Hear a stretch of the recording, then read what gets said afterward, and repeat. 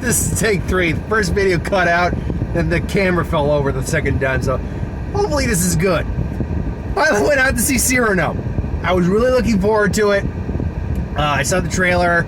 I know the general pretense of Cyrano. If you don't, he's got some sort of deformity, either a large nose, usually it's a large nose, and he's very poetic, very witty, very charming. He's in love with Roxanne, but he can't tell her because he just doesn't think they'll accept him and her, and he's afraid of what she'll reject him.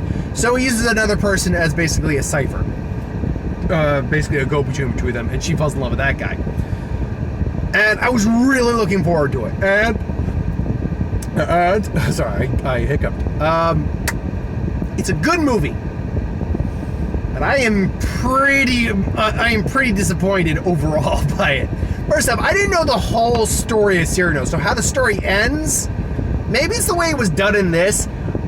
The audience is kind of laughing at the end of the movie. So there's that. Also, the idea of making it a musical was novel, and definitely there are songs that work, but there are songs that do not work. There's one song in particular where it starts really well, and then it kind of doesn't work because the two other guys singing in the song aren't the best singers compared to the first guy. It's a war song, I think, Heaven's Where I Fall. And it's actually a really good song, in theory. Unfortunately, when you don't get necessarily the best singers, it kind of hurts. There is one other thing I'm going to go off on a bit, but I'm going to save it to the end. With all that said, first, and there's also people just getting songs that don't need songs. Like Ben Mendelsohn does not need a song.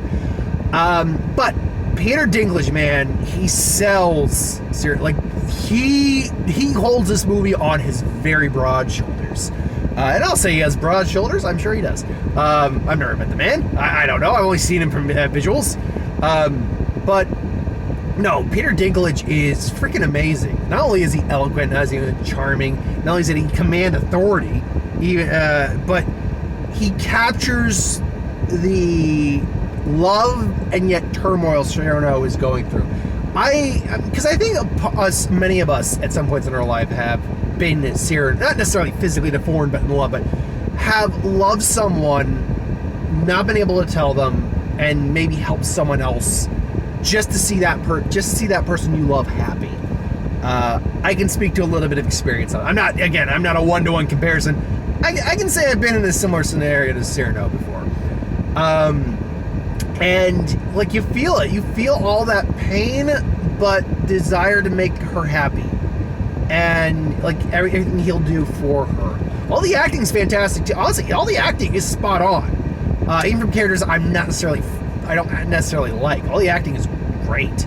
But Peter Dinklage, man, because he's the main character, Peter Dinklage he's the one who carries the entire film, and he carries it. And he doesn't have a bad singing voice either. Depending on the right side. I think there's a couple where his style of singing doesn't work necessarily well, but others where it worked very well. But seeing as this is something I was always familiar with Cyrano, but I never actually read or watched like a movie of Cyrano all the way through. So maybe this character comes off differently in other interpretations. But is it just me, or is Roxanne kind of unlikable as a character? She's not evil. I'm bound to be very clear. She's not evil. But maybe it's the time period. Maybe it's just the way the story is written.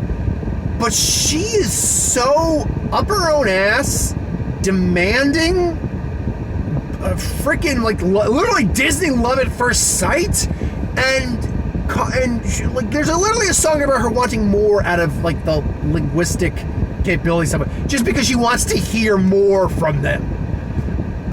And she's constantly making demands. At points, it's literally demands.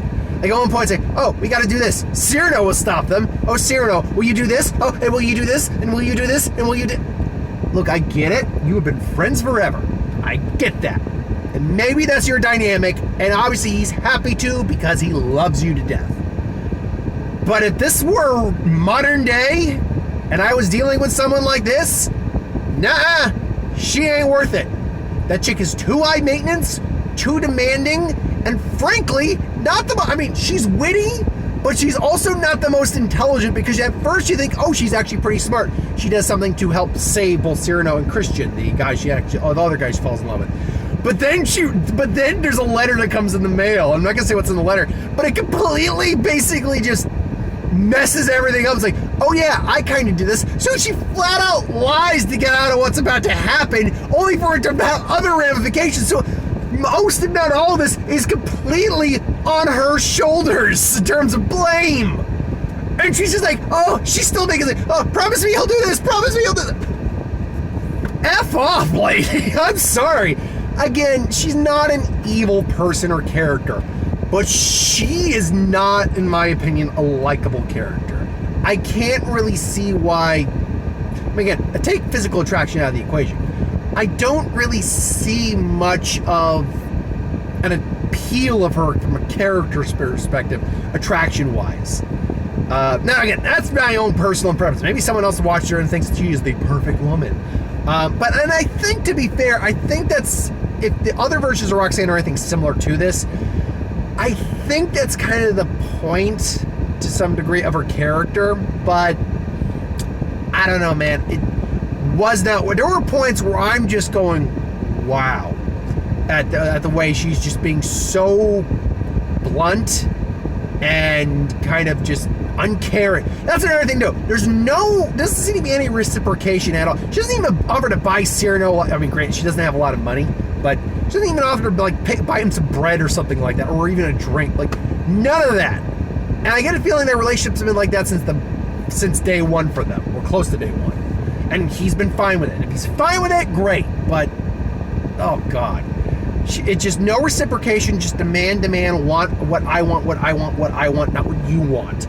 She's very naive, she's very oblivious to how she affects other people, particularly Cyrano, her best friend, and the man who loves her.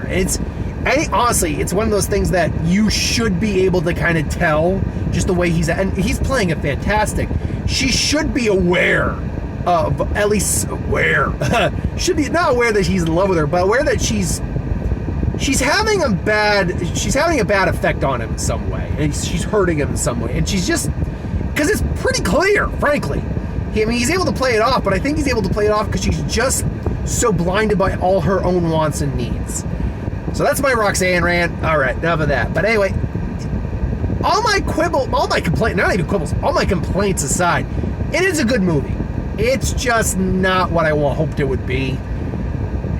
Either way, I don't regret seeing it. Peter Dinklage is the man. I'll watch anything with Peter Dinklage. I even watched freaking Pixels, and Peter Dinklage is in that. And you know what? He was still at least a more entertaining part of that than Adam Sandler was.